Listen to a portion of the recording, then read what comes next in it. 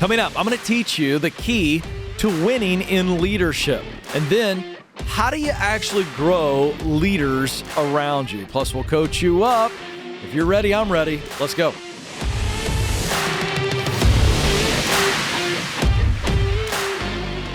Welcome to the Ken Coleman Show, where we're committed to helping you grow personally so you can grow professionally. As if you're winning in your work life, you got a chance to win in the other areas of your life. Let's get to this. I hear all the time from those of you who are either considering a move into management, which is leadership, or you are new in a leadership role, or you've been in a leadership role and maybe you're burned out, you're fried, you feel like you just can barely keep your nose above water. And so today we're going to focus on two key areas of your leadership. One, how you win in leadership. What is the simple key? And then two, how do you develop leaders? So we're going to talk about that.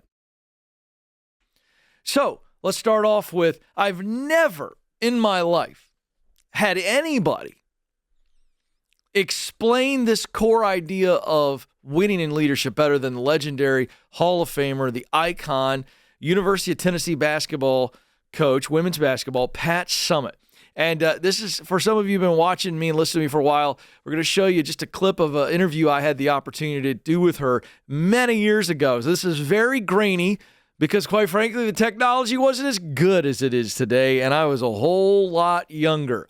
But I was asking her and doing a deep dive interview on leadership, and I want you to hear what she says here, and then we'll play off of it. Let's roll it. Yeah, I remember the first loss, probably more than the first win. And I knew after the game, I just didn't do a good job, and I was young. And I remember calling home, and I said, is Dad there? So she handed him the phone, and I've never heard him say hello. He said, all right. Well, I was so nervous because I knew, he knows how competitive we all are, and he's competitive. And I said, hey, Dad, and he goes, did you win? And I said, no, sir, we lost. Long pause, and I didn't know what he was going to say other than you need to get out of coaching. But he said, so you lost? I said, yes, sir. He said, let me tell you one thing.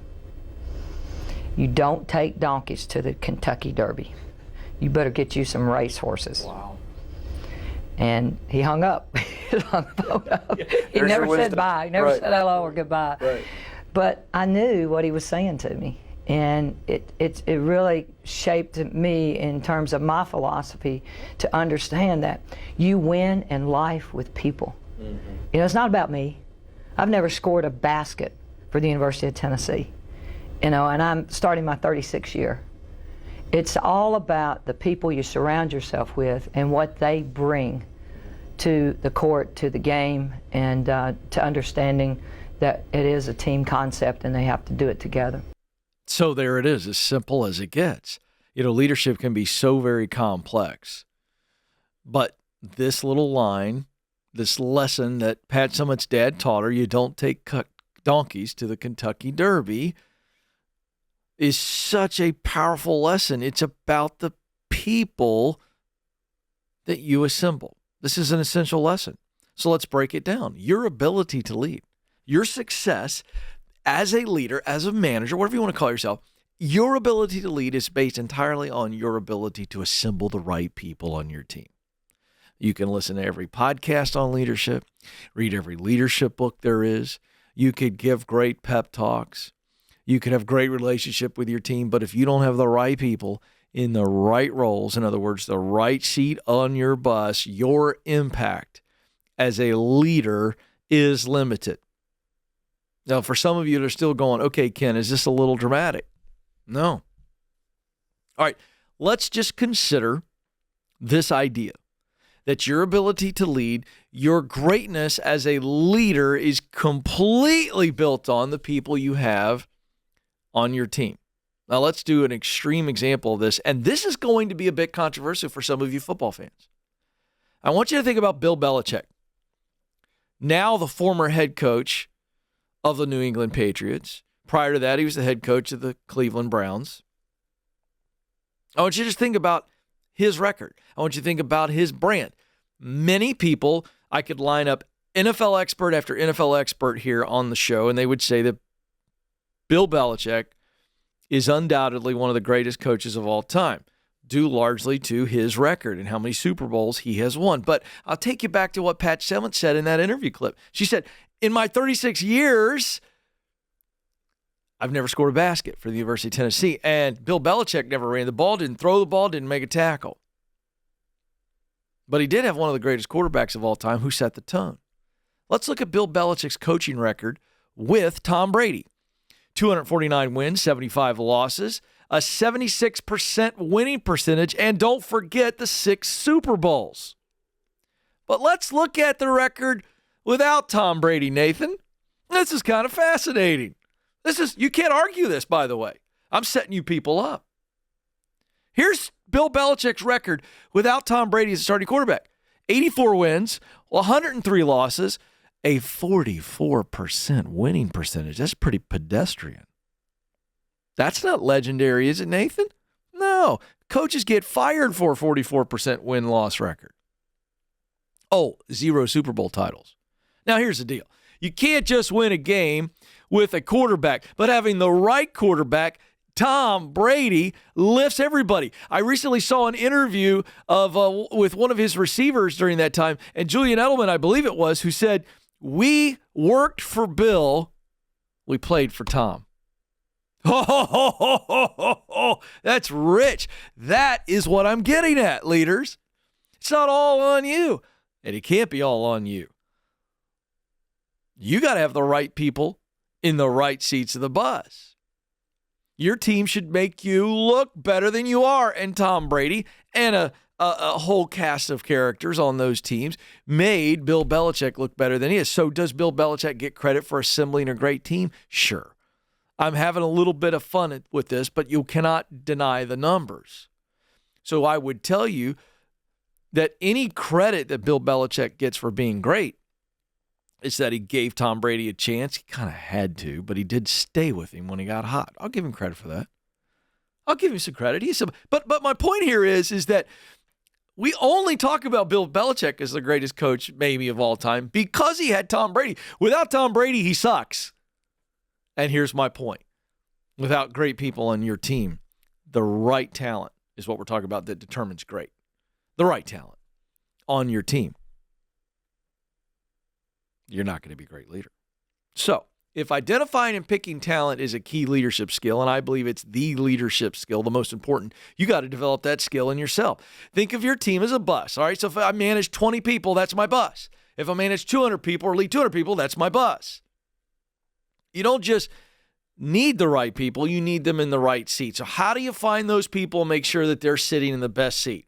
You start by checking these boxes. Number one, do they have the core talent and skill set and experience to do the job? Competency is what we're talking about here. Number two, do they enjoy doing the work?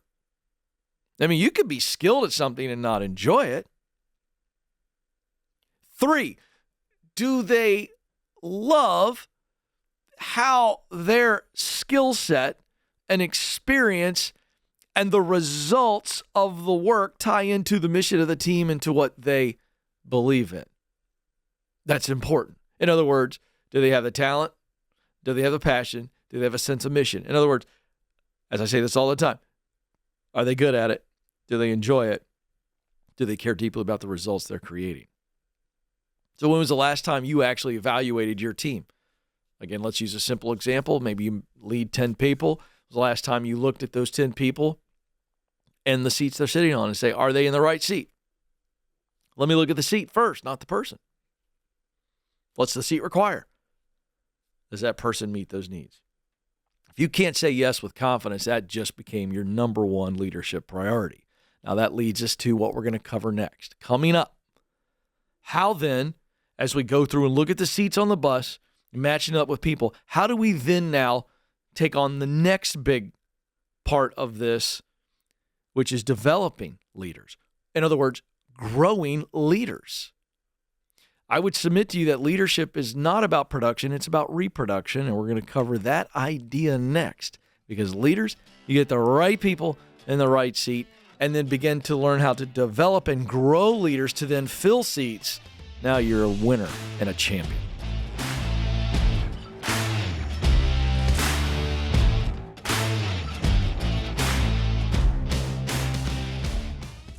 Hey folks, I want to tell you about one of our viewers, Nick.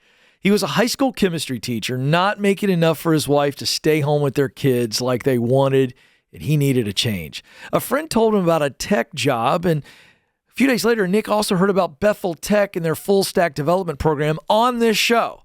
So he enrolled.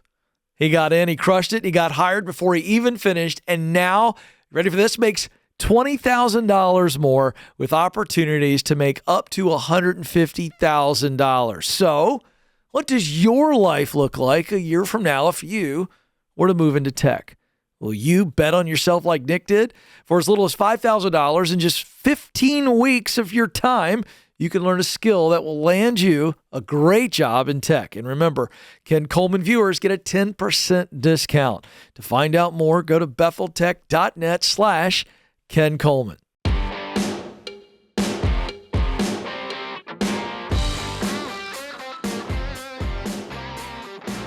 All right, so how do you grow leaders? How do you grow them internally? This is a big, big skill set that leaders have to have. Before we get to that real quick, if you're looking for new opportunities but feel like you're getting passed over in your organization, you're connecting, networking, sharing your resume, putting in a lot of effort, but you feel like you're not getting anything back. It's exhausting, and then it becomes discouraging. Well, whether that's because you want a new job or you just want to get promoted in your current job, you got to start doing it differently. There's a way to break through all that frustration, and I've created a process that takes the fear out of the connecting, and it allows you to connect at a really high rate and an efficient rate so that you're turning connections into opportunities. If you need that, I've got a free webinar coming up on Tuesday, February 20th at 11 Central. So noon Eastern, 11 Central, Tuesday, February 20th. You can just eat along with us, pack a lunch that day, order in, Uber Eats, whatever you decide, and join me for a free webinar. And I'm going to do a deep dive on how to turn connections into opportunities, where doors open for you, where people are inviting you to walk in. This is possible. Go to kencoleman.com/webinars. kencoleman.com/webinars, and it's free. So there you go. Pass the word along to somebody maybe in your friend group or family group that maybe need this. By the way, help us continue to grow, would you, if you're enjoying the program? If you're watching on YouTube, you do that by liking with a thumbs up right below the video window, subscribing to our channel, and then sharing. And if you're listening via podcast, give us a follow, a 5-star review, and share. Thank you very much. All right. How do we grow leaders? How do we do it? So I don't know if anybody on the team has ever heard this story before, but the very first job I had, I was 14 years of age, and I lived in the Tidewater coastal area of Southeast Virginia. Have you heard this story before, Nathan? You have. And I'm sorry you're going to have to hear it again. First job. And somebody asked me the other day, why would you choose this job? Because it's a brutal job. And the answer is I didn't choose it. My dad chose it for me. My dad had a connection with Anderson Greenhouse and Florist. And so Anderson, was known for having the best poinsettias. Now, if you don't know what a poinsettia is, it is that lovely red, bright red Christmas plant. And what you may not know or care to know, so I'll brush right through this, is poinsettias need a very, very cultivated environment to grow.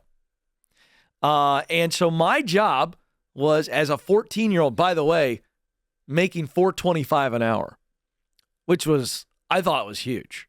$4.25 an hour, 14, first job. And so my job was to simply help the lead grower, who was a veteran, old, crusty guy named Nick. Nick had a bad attitude all the time, but I'll tell you what Nick loved. Nick loved poinsettias. And so Nick said, here's what your job is. You're going to have to get the greenhouses ready from the spring plants. We have 3 greenhouses that have to be completely emptied. They have to be cleaned They have to be covered with these giant tarps. And you got to get these greenhouses pristine. I got to be able to eat a sandwich off of these tables that we're going to grow these poinsettias on. And so that was my job. And I'm not going to get into all the minutia of it, but I had to scrub concrete floors with an iron brush. I had to drag these heavy tarps and walk on this little foot distance, these beams, not fall into the greenhouse. It was a back-breaking job. Well, while I was doing that, there were these two Vietnamese guys, cousins, Vin and Sin. They were amazing. And their job was to cut from these mature poinsettia plants to find the best leaf and branch structures of those plants, cut them, and those would then go in these little canisters and become and grow under the most ideal conditions possible. They would grow into full-blown plants, and that's how you would take the mother plant, these little leaf cuttings, put them in a styrofoam hole, they grow big plants. Okay, so you get the process. I was the guy who had to help create the environment, no disease, perfect temperature, no sun beating down on them. That's the idea. And so I want you to catch that story right now. If you're in leadership and you're going, I need to win as a leader, your ability to win as a leader is, yes, to get the right talent. And part of getting the right talent sometimes is growing leaders underneath of you or around you. So I want you to think of that metaphor, which is a real life story of how to grow poinsettias. All right, so there's 3 disciplines. Discipline number 1 is you have to create an environment where you can actually grow leaders. So how do you do that? Well, number 1, it's got to be an environment where people feel seen, heard, and valued, like you care about them, you want to help them win. In other words, if people don't want to be there, I promise you they won't want to lead there. It's that simple. Second, you got to model the way. The values of the organization, your values as a leader, you cannot ask somebody to do what you aren't already doing. So you have to live your values, the team's values, the company values. You have to model the way. Show, not tell. And in doing those 2 things, valuing people, seeing them, hearing them, helping them win in their role, caring about them personally, and then you modeling the way, people want to follow that person. And so now we've created an environment where people want to be there. And then naturally, people that want to be there want to grow there. And people that want to grow there are potential leaders. So just as I had to create an environment for the poinsettias to grow, you have to create an environment where people can grow. And when people are growing, they will have the opportunity and they will raise their hand. They'll show you their potential. That leads to the second thing. You have to look for, identify, you have to scout, you have to observe where there is potential. So it starts by going, hey, where do I as a leader need some leadership? I can't do it all. So if I look at my team, those seats on the bus, and I look at that and I go, okay, where do I need some leadership help? Now, remember I said, as we were going into the last break, I want to bring it back up. Real leadership, like true, authentic, good, sustainable leadership, to me, is defined not by production, but by reproduction. In other words, a person who just takes on the role of a manager is just, it's all about just let's check the boxes, let's get everything done, let's keep the train on the tracks. That's not great leadership. That's good managership. That's all about production. Leadership is about reproduction. Can I reproduce me? Right? Can I grow other leaders? And now we grow the organization. So understanding, where do I need some leadership? What are some gaps in the organization? I begin to see that. In other words, I go, here's a seat that needs some leadership. And now that I know that, I begin to look at potential people, right? In other words, who can lead and then who wants to lead. See, that's the key. Can they lead? Do they want to lead? Now, you got to be both. Because there are people who can lead, but they don't want to lead. That to me, it's not good leadership to put that person there. Leadership is about servanthood. It should be one of the most selfless acts out there. It is incredibly taxing, and not everybody wants that, and that's okay. and then third. Once we begin to see people recruit, identify, scout, select, we go, okay, now I have to develop them. So back to the poinsettia story. After I got those greenhouses ready and Vin and Sin put the cuttings in there, now we had this elaborate watering system, and crusty old Nick checked on those poinsettias multiple times a day. He made sure they had the right food, plant food. Did they get enough water? Do we need to replace? He was developing, he was growing, he was checking in on, he was pouring into, making sure that the environment was right, still right. He was making sure that the cuttings that were chosen were in fact able to lead, and he made sure they were getting what they needed to be able to grow. That's your job. That's how we develop them. In other words, we teach them how to lead, we empower them to lead, and we coach them along the way. That's how we do it. And if you do that, let me tell you something. People will see great results. You will get credit for great leadership, and you will deserve it. You won't be overrated like Bill Belichick. You will be the real article. Let me tell you something. Winning in leadership is the key to continual growth. It is doable, and I just gave you a short masterclass. This is the Ken Coleman Show.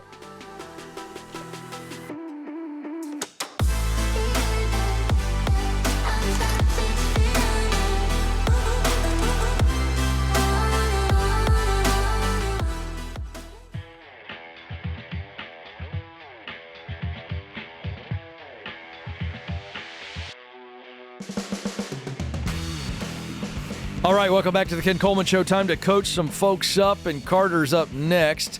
And I don't even know how to say that. Llano, Texas. That's a new one for me. Carter, you are on the Ken Coleman Show. What's going on? Oh, it's going well. How about you, Ken? You know, I can't complain, and if I did, you wouldn't want to hear it. So, you know, it's pretty good. What's going on with you? I'm here to coach you up today. I'm excited. I got a little extra juice today, so hopefully it helps. Okay. I currently have been working in the construction industry. I've done a little bit of everything from plumber all the way up to right now I'm currently welding. And I do it because I'm good at it, and I know that I can make money with it. Good. But I've never, I guess, enjoyed it 100%. It's like I said, it's just something that I know I can make money with. Right. And I was trying to look for some advice into transferring from doing what I'm doing now in the construction industry to being able to go to college and become a teacher/coach. Okay. Just take me all the way down the line. Let's assume we went to college and we got what we needed to become a teacher, and we just got hired, and you're calling me back. You go, Coleman, you're not going to believe where I'm at right now. Paint that picture for me. What are you doing? What's that look like? Teaching and coaching. Okay, as you said, I live near Llano, Texas. They're 11-man, and it would be I'd want to go to a smaller school, which is a 6-man football team here in Texas, and it would just, blow my mind. I've always had the want and need to, as you were talking about earlier, is to be a leader and to lead the next generation up. I love it. So you're teaching during the day. What are you teaching? Yes, sir. I'd be teaching math. Teaching math, because that's the way your brain works. That's why you're good at plumbing and all that heavy machinery and all that stuff. My brain's dark. Yours is lit up like a Christmas tree. It's good. It's good. I'm just getting a picture, my man. And I think it's important. You know why I'm having you do this for me? Because I'm really having you do it for yourself. I want you painting the destination. That's what I want us to do, and we're doing it. So you're teaching math during the day. Are you the head coach?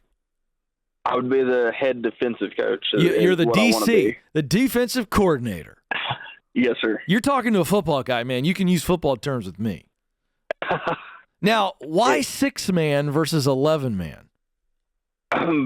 Because I grew up in a 6-man, and I went to Lubbock, Texas to play 11-man, and it wasn't the same. It was a little bit slower pace. Yeah, it was the same type of hits and everything. But now, I've seen 7-man at smaller schools in Tennessee. 6 is really breaking my brain. What's the formation like on offense? On offense, you would have 3 on the line. You'd have your quarterback. You would either have a an out receiver and or 2 running backs. Okay. So you have 2 in the backfield, quarterback, 3 linemen. Okay. So, boy, there's in the field, I'm guessing, is not as wide? No, sir. It's 40 yards by 80. Okay, gotcha. So it's still football. It's just a lot less people. Yes, sir. A lot of throwing versus running? Well, they're trying to transition into throwing and playing spread, but it just doesn't work as well as long as you have a good defense. Right. Okay. All right. So that's why 6-man is what you grew up playing, and you want to come back where you are. You'd love to be in your roots area. That makes total sense. So how much money are you making now in the trades? It really all depends on what the weather's doing. A normal week is from $800 to $1,500. Okay, so give me an idea of your tax returns the last couple of years. Just give me an average, roughly. Tax return, like what I get back? Yeah, no. Just what your gross income has been the last couple of years. Mine and my wife's have been from 50 to 80. Okay, and the reason I'm asking that is because that's going to lead us next to, so here's what we do. When somebody calls me up on them, there's 4 questions we have to ask and answer, right? First one is the education question. What do I need to learn? My guess is, we know this is a field where you must have a college degree. So we know we got to get a degree to get into teaching and coaching. So we got to have a bachelor's. Check, right? Right? Yes, sir. All right. Sorry. So now we do the experience question. What experience am I going to need? Well, coming out, you might get a teaching job right away, but you may have to, be a lowly assistant for a while. Who knows? So, you're just going to have to work your way up, teaching and coaching. We got the experience box. Check. All right.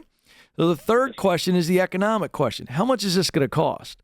So what is the absolute cheapest tuition that you can, where can you get to this bachelor's degree for the lowest amount of money? Do you know what that is and how much? I honestly have not even looked. We've got my wife's going through college right now, so we were waiting to get her out and then completely pay off everything that we've got before I even thought about going to college. Okay, if you have debt, yes. Okay, so listen, if you have debt, then that's what I want you to do. Okay, so let's walk through the last question, and now I think I'm answering what you want to know from me. But I'll give the ball back to you here in a second. But I look at the economic question. What's it going to cost me? The answer is you don't know right now. And so you got to go look that up. What kind of scholarships would you have available? Can you do 2 years or online associates and then transfer? Look at the cheap, because here's my point. Nobody cares where you went to school. They just care that you're qualified to teach. You understand what I'm saying? Yes, sir. So don't spend 1 nickel extra on a brand name college. If we can do the associates and then transfer in, we're doing everything we can for the least amount of money. Okay. All right. Okay. So that's the economic question. So you need to go get that answer because that's a number, and you do all that homework and go through scholarships. What can I do? The point is you get a number that says, okay, this is what's going to cost me. Now the wife gets out, and I love this. We're going to pay off all our debt before you even get after it. All right. Now in the trades, I think you could be making more. I think you could be making way more if I'm not mistaken. Tell me where I'm wrong there. I think you personally, with your skill set, could be making way more money, and I think you need to, A, to get out of debt faster, and B, cash flow or pile up cash to pay for your degree. Talk to me about that. Like I said, Llano, Texas is a small town, and I've worked, I did pipeline for about 3 years or whatnot, and I was bringing in 25 to 3,000 a week, but doing that traveling so far, and it put wear and tear on your vehicle, and then on top of that, you're living for 2 separate households while you're doing that. I've got a wife of 7 years and then a daughter that I've had for 8, and it put a lot of wear and tear on us. So going and chasing that kind of bigger money was not the choice that we wanted to. Well, but that was the way you chased it. So my question is, if it's not pipeline, can I make more money as a plumber? I understand Llano's small, but is there a bigger town 20 minutes away in the county. Like, I guess my point is you need to be turning over as many rocks as possible that don't wreck your life like the previous venture did. But you can't also say that the only way I can make more money is what I did last time, which was your knee-jerk reaction to me. Am I making sense? Yes, sir. I mean, I'm challenging you because that's why you called, yes? Yes, sir. Did I answer the question that you wanted to get answered, or is there something else? Tell me. No, I don't know. I just, like I said, I'm not. It's moving through the motions at the moment. So you're not sure, like you were saying, in Llano, Texas, that is a 20-minute drive for me. That's the closest town to where I live. Oh, you're out in the boonies. Yes, sir. So what's your question for me? Should you do this? Should you pursue this or not? Is that the question?